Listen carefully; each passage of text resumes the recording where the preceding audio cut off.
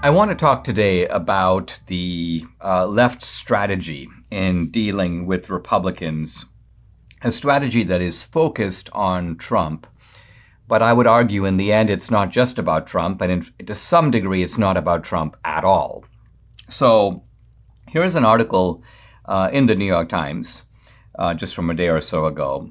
It talks about 6 separate investigations into Trump.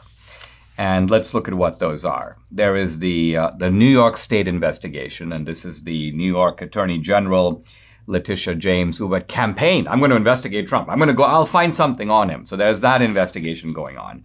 There's the Manhattan DA's office investigation. That's not going too far, but that's the investigation that focuses on the Trump organization. That's led by the Manhattan District Attorney, Alvin Bragg. That's number 2.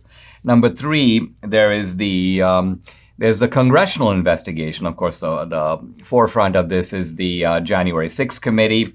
So that's investigation number 3, the congressional investigation more broadly, and then the January 6th committee, which is number 4, I guess.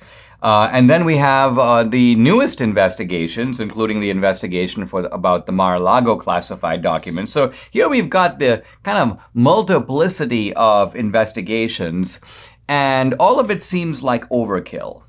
But the reason it's not overkill is that with none of these does the left really have the goods. They're fishing, yes. But what are they trying to accomplish with all this?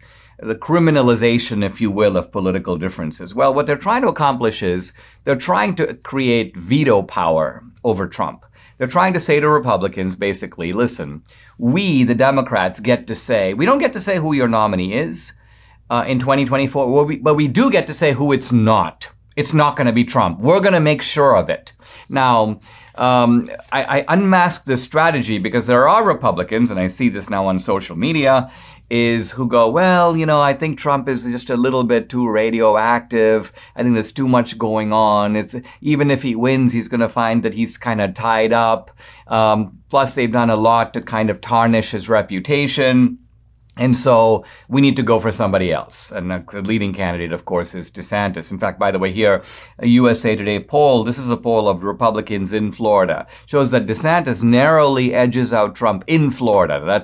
I've never seen any other poll in which DeSantis is leading Trump, and he certainly wouldn't be leading Trump nationwide.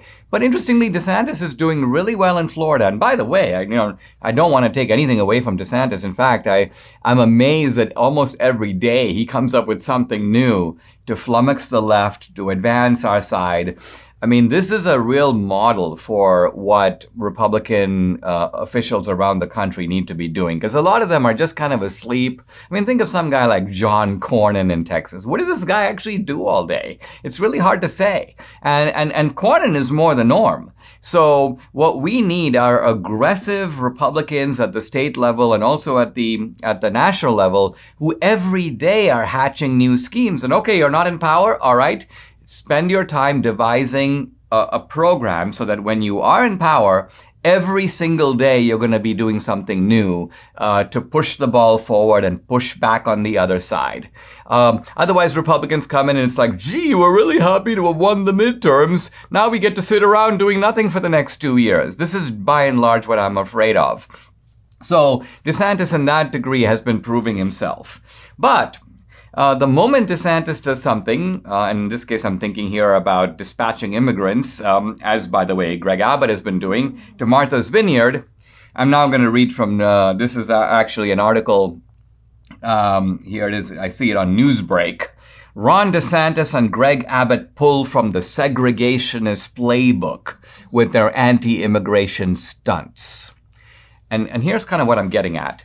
The moment that we conservatives, we Republicans, acquiesce in the left strategy and go, okay, Democrats, you've done enough damage to Trump. We won't pick Trump. We'll pick some other guy. The left will be like, wow, this is fantastic. We now have an effective veto power for the foreseeable future. Now all we do is turn around and do the same thing to DeSantis. So if there's any candidate that the Republicans put up that is really threatening to us, we just hunker down, mobilize all our forces, the deep state, the universities, the entertainment world, the media. We open up local and federal investigations. Even if we don't really get anything, we throw enough dirt against the wall that we can convince these lackluster Republicans around the country to go, well, I guess this guy is out of commission. Now it's time to go to Pompeo. Well, perhaps we should now pick Nikki Haley. There haven't been any investigations into her. My point is, this is a loser's game. So let's not be losers. Let's recognize what the left is up to. My argument for Trump 2024 is precisely because the left is trying to veto him. We've got to make sure that that veto project does not succeed. And so my thinking at this point, and it's early in the game, and this is provisional thinking, is Trump DeSantis 2024. Seems to me this will be a formidable ticket, puts DeSantis exactly where he needs to be, right in line to come up next.